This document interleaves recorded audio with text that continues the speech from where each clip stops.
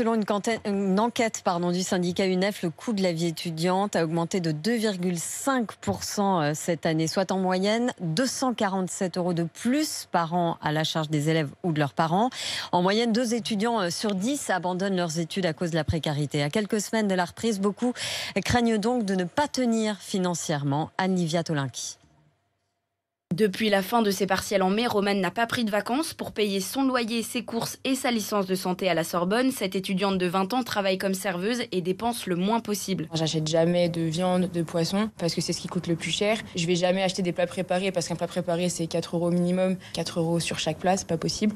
Ça m'est déjà arrivé d'être le 15 et d'avoir 30 € sur mon compte. Et des mois comme ça, Romane craint d'en revivre cette année. Si le restaurant où elle travaille referme à cause du Covid, elle n'aura plus assez pour vivre à Paris. Alors elle appréhende.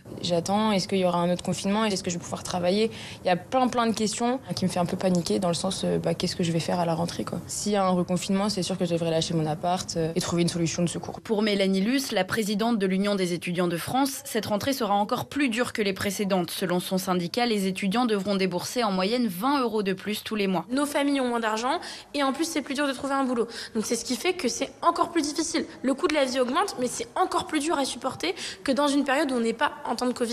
Elle appelle donc le gouvernement à se saisir du dossier et à augmenter les aides le plus rapidement possible.